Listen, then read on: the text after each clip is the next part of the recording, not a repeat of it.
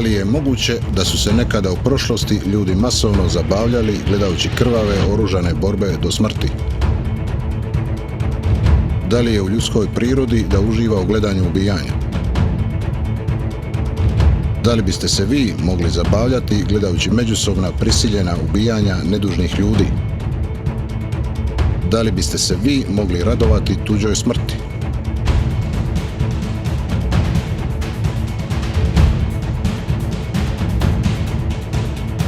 Da li bi vi okrenutim palcem tražili da se gubitnik smrtno dokrajči?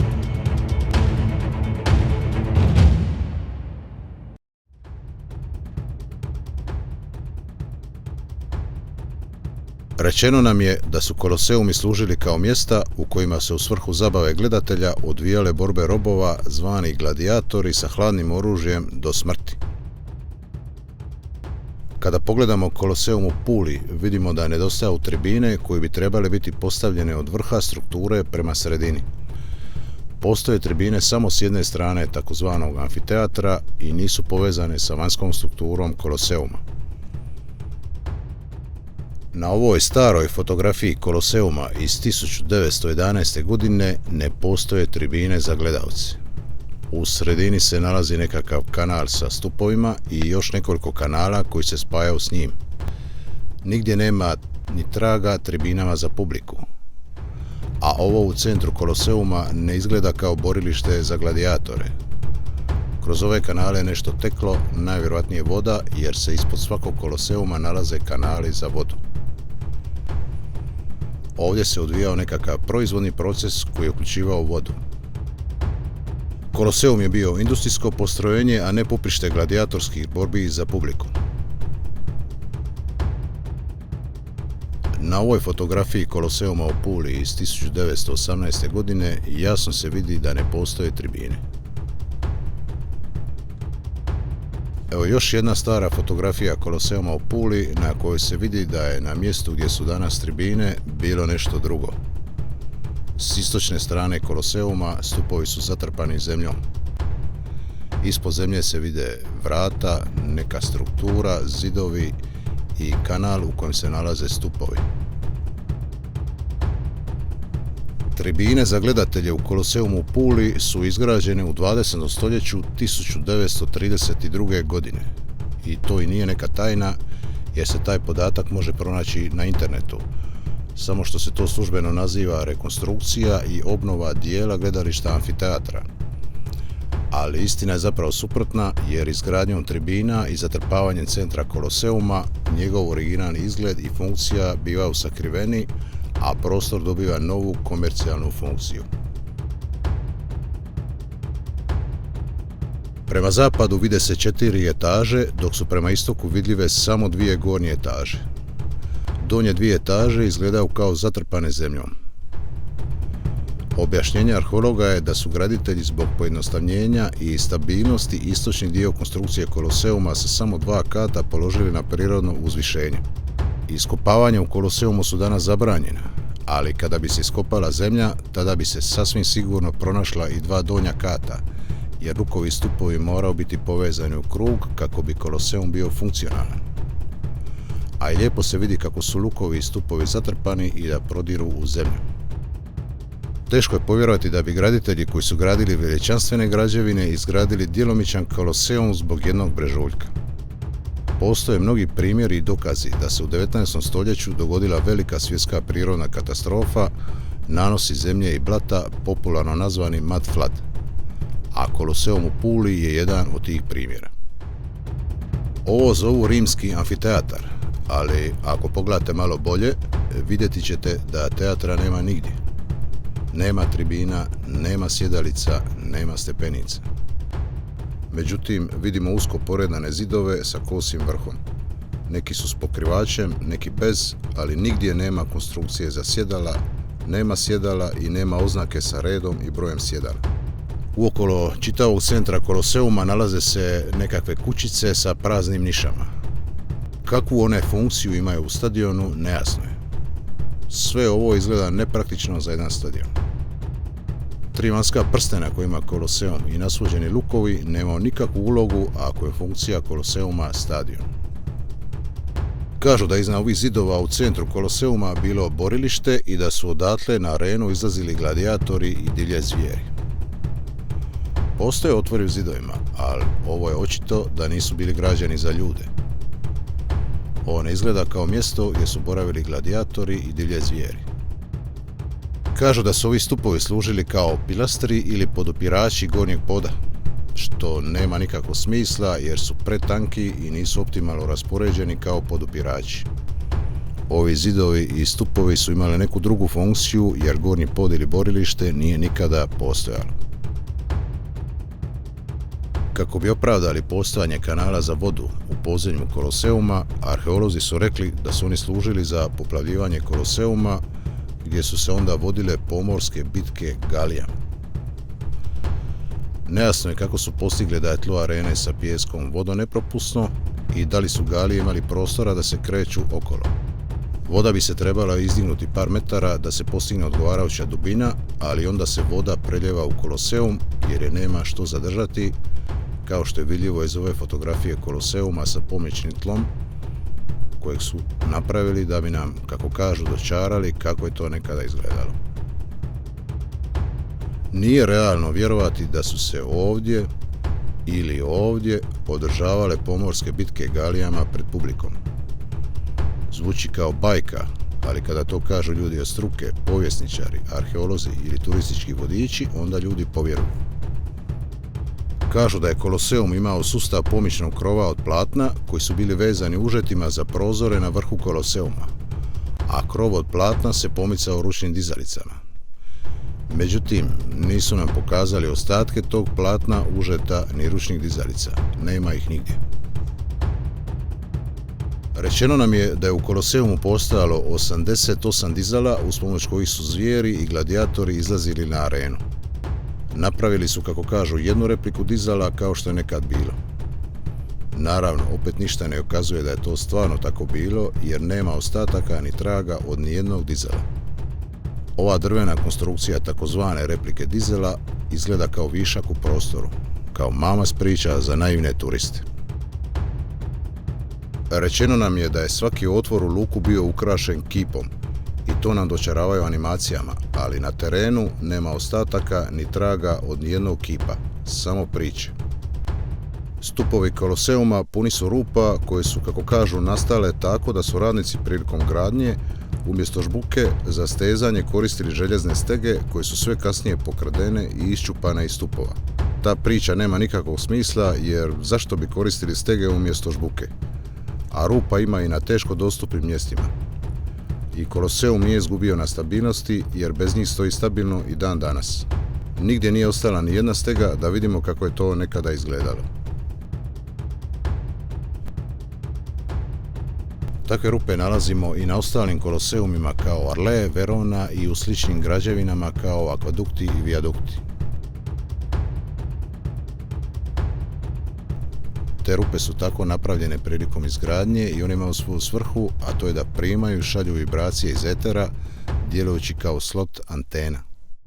Otvori na slot anteni mogu biti istog pravilnog oblika, ali mogu se koristiti i različiti oblici kako bi se povećala efektivnost antene. Rupa koje djeluju kao slot antena ima i u zidovima i u praznim nišama, a ima ih i u zidovima i u sredini Koloseuma. Svrha Koloseuma je bila proizvodnja električne energije. Cilj je bio sa maksimalnom efektivnosti skupiti atmosfersku energiju, minimalizirati gubitke u prostoru, usmjeriti energiju prema centru Koloseuma gdje se obrađivala, pohranjivala, pretvarala u električnu energiju i usmjeravala prema korisnicima. Nasvođeni lukovi Koloseuma nisu izgrađeni u tom obliku zato što ih je lijepo vidjeti, nego zato što su imali praktičnu svrhu da služe kao izvor električnog napona. Nasvođeni lukovi djeluju kao elektromagnet, takav oblik stvara polaritet, pokreće vibracije i gibanja nosijaca električnog naboja iz etera i tako se održava stalno elektromagnetsko polje koje cirkulira kroz prstenove Koloseuma. To je bila i svrha gradnje svih takozvanih slavoluka pobjede, koji su zapravo bili moćni generatori električne energije. Službena verzija je da su gradili slavoluke samo kako bi prolaskom ispod njega proslavili neku vojnu pobjedu. Rečeno nam je da je vojska po povratku s ratišta nakon pobjede prolazila ispod Slavoluka i onda bi narod mahao, pljeskao i to je, kažu, bila jedina svrha njihove gradnje, što nema puno smisla. Koloseum nije izgrađen od kamenih blokova, nego su graditelji koristili smjesu, takozvani rimski beton, smjesu koja ima električki provodiva svojstva i sadrži željezni oksid, koji je zaslužan za crvenkastu boju Koloseuma. Može se primijetiti da su ovi zidovi, za koje nam je rečeno da su bili odjeljci za tribine, svi usmjereni prema centru Koloseuma i da je svaki red zidova naslonjen na svoj krug sa lukovima. Ovaj okrugli otvor na pravokutnom postolju što vidite na ovim zidovima je cirkularni valovod.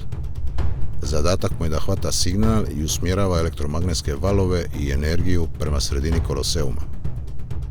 Ovo je cirkularni valovod u današnjoj tehnologiji.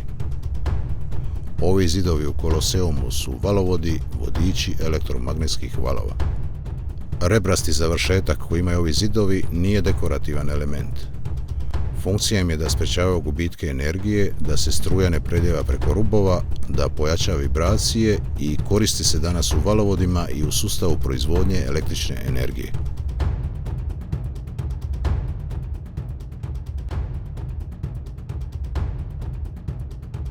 Prazne niše koje vidimo svugdje po Koloseumu su rezonatori da kontroliraju frekvencije. Praznih niša sa rupama imaju u centru Koloseuma.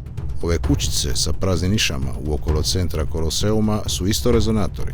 Ovi komadi na podu podsjećaju na rezonatore. Ovo su zatvorene komore s otvorom, što je definicija rezonatora. Kakve veze on imao sa borbama gladijatora? Rezonator je šuplji spremnik i koristi se za proizvodnju elektromagnetskih valova određene frekvencije ili za prihvat određene frekvencije iz signala. Zidovi u sredini Koloseuma imaju otvore gore, dole i sa strane, ali ovi otvori očito nisu bili za ljude ni za životinje. Smiješno je vjerovati da su ovo otvori iz kojih su iskakali lavovi i tigrovi.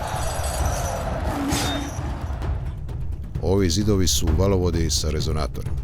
U otvorima zidova se nalaze stupovi sa prorezima na vrhu i vjerojatno su služili kao filteri valovoda koji omogućuju prolaz signala na nekim frekvencijama. Kao propusni opseg dok se drugi odbijaju, kao zaustavni pojas.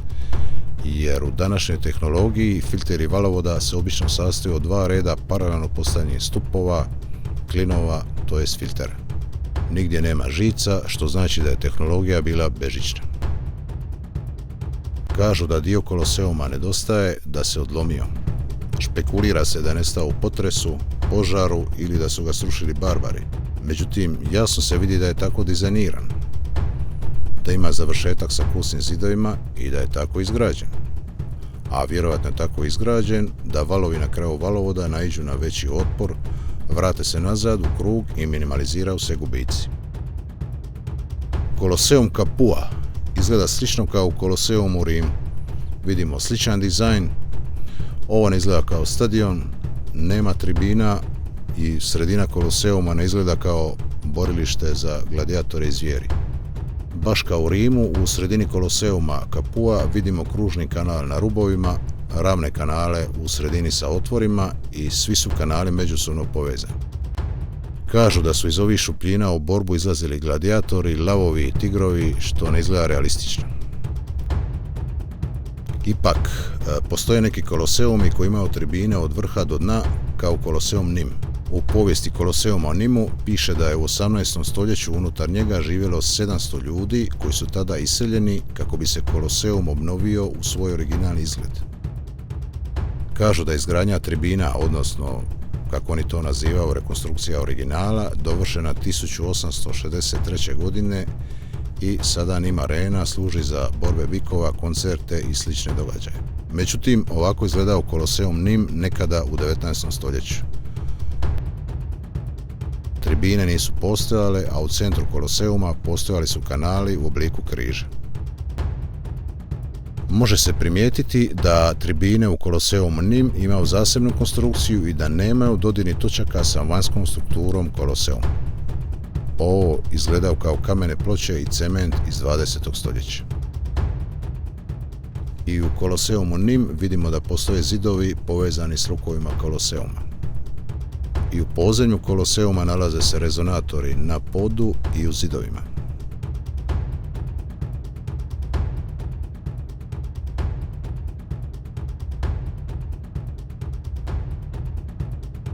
Iza Koloseuma u Arleu ide ista priča, vjerojatno izmišljena, koja kaže da je unutar Koloseuma postojalo oko 200 kuća koje su razvlaštene, srušene i 1830. godine su izgrađene tribine da bi se, kako oni to kažu, Koloseumu vratio njegov stari izgled i sjaj. Kako god bilo, ovako je nekada izgledao Koloseum Arle prije izgradnje novih tribina. Slično kao u Koloseumu Nim, tribine su zasebna konstrukcija i nemaju dodirnih točaka sa prstenovima Koloseuma, a centar Koloseuma je zatrpan. Dakle, očito je da su tribine u Koloseumima izgrađene u 19. ili 20. stoljeću i to se priznaje, samo što se ovdje koristi zmijski jezik suprotnog značenja. Oni kažu da su izgradnjom tribina i zatrpavanjem centra vratili Koloseum u njegovo originalno stanje, iako ne postoje materijalni dokazi i tragovi da su tribine i borilište nekada postojali. Samo su nam ispričali besmislenu priču za koju ne postoje nikakvi dokazi da je to stvarno tako bilo, ali postoje dokazi da je sve sakriveno i lažirano.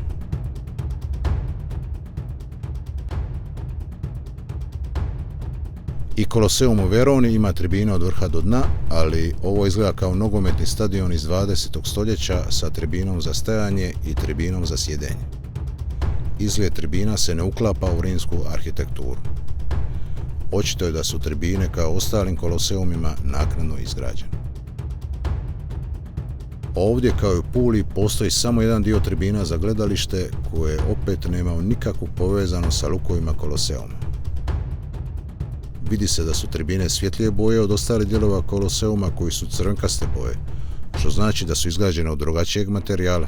Vjerojatno su izgrađene u 19. ili 20. stoljeću. Ovo nije bio stadion.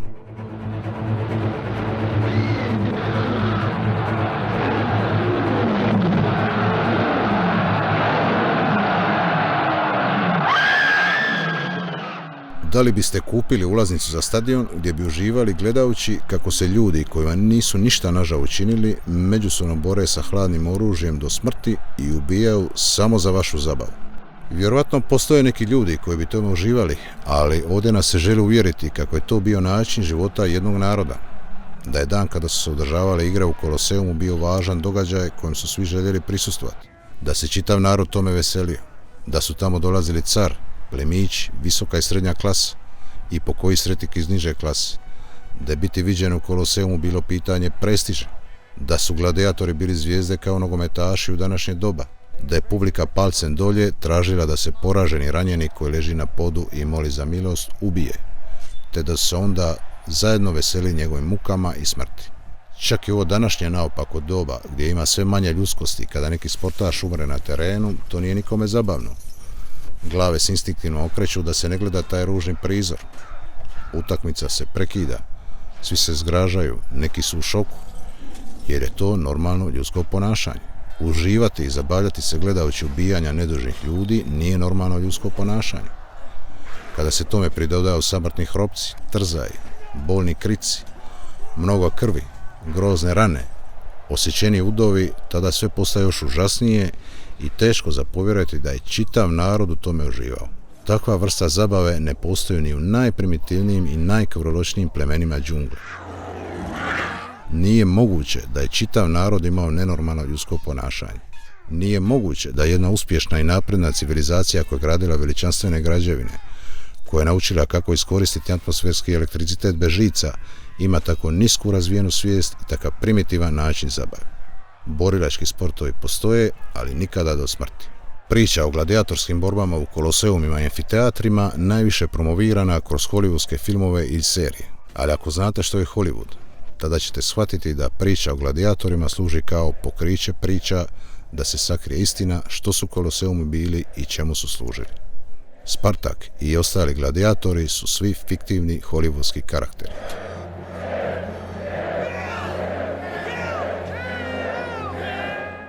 Tribine za gledatelje u Koloseumima, tamo gdje postoje, su izgrađene u 19. ili 20. stoljeću.